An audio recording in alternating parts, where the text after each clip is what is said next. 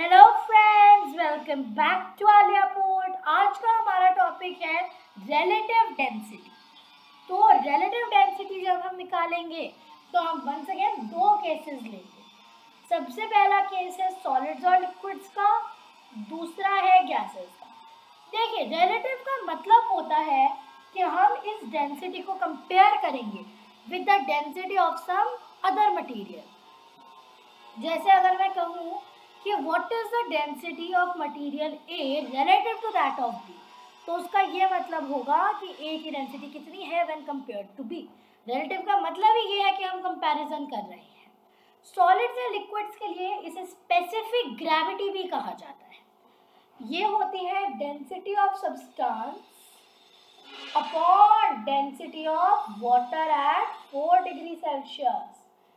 4 degree Celsius पे water की density सबसे ज़्यादा होती है 1 ग्राम पर सेंटीमीटर क्यूब या फिर 1000 kg पर मीटर क्यूब।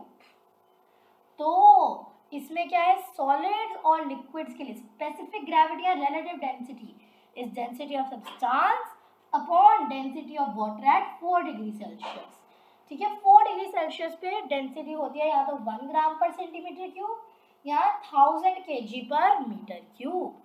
गैसेस के लिए फिर जब देखा जाए, गैसेस के लिए इसे वेपर डेंसिटी भी कहा जाता है। वेपर डेंसिटी, तो वेपर डेंसिटी क्या होती है गैस के लिए? The density of gas upon density of hydrogen.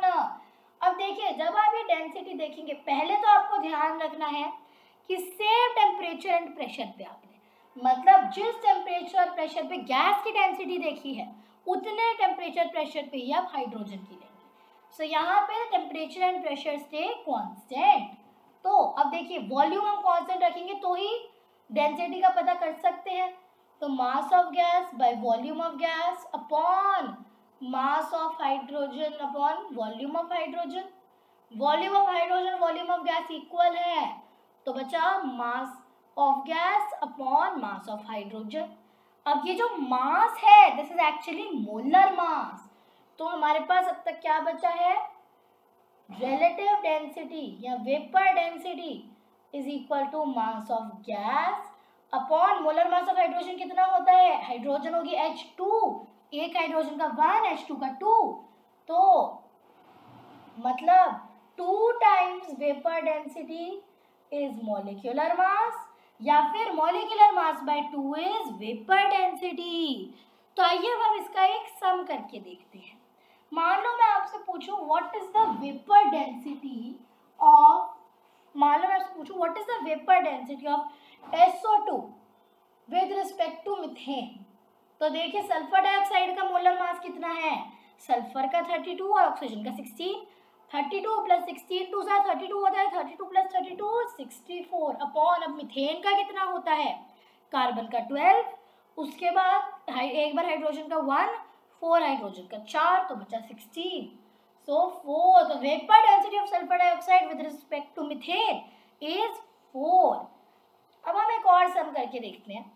मान लो 15 लीटर है एक गैस की, 15 litre of particular gas weighs 16 gram 32 gram at SBT। 15 litre का वेट है 32 ग्राम STP पे। अब हमसे पूछा है इसकी वेपर डेंसिटी।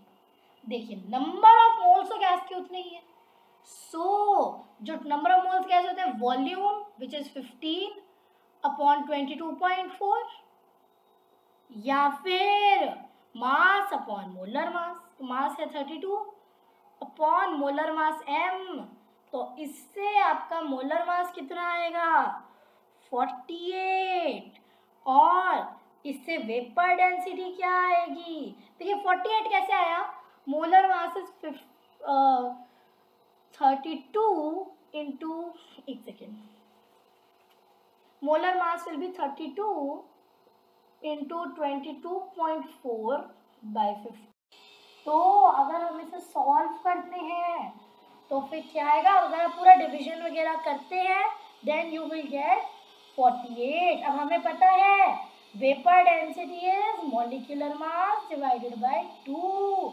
मॉलिक्यूलर मास कितना निकाला 48, डिवाइड बाय 2 किया तो कितना आया 24। तो ये जो गैस ली थी इसकी वेपर डेंसिटी कितनी है, इसकी वेपर डेंसिटी है 24।